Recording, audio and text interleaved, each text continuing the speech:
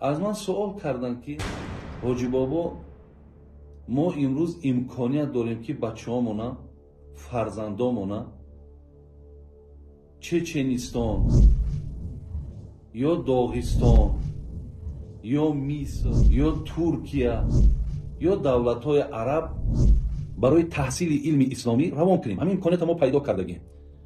مقصد شما در همین مسئله چی مصلحت می‌کنید؟ ولی در جواب این سوال شما من این را گفتنیم که شما فرزنداتون بر این دولت‌هایی که نام گرفتین روان نکنید.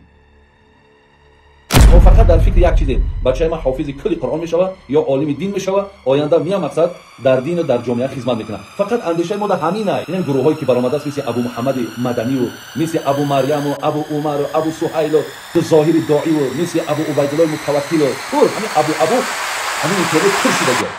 شما گارانتی داده میتونید که بچهای شما جای همینا را پگا عوض نمیکنن. از کجا گارانتی داده میتونید؟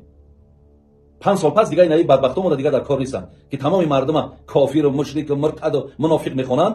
ببین از آن جمله پدرای خودشون، از آن جمله استادای خودشون یا کافر و مرتد میگن. حالا که کافر هم خودشون، مرتد هم خودشون، منافق هم خودشون، زر خرید هم خودشون، اینا نه ننگ دارن نه ناموس دارن.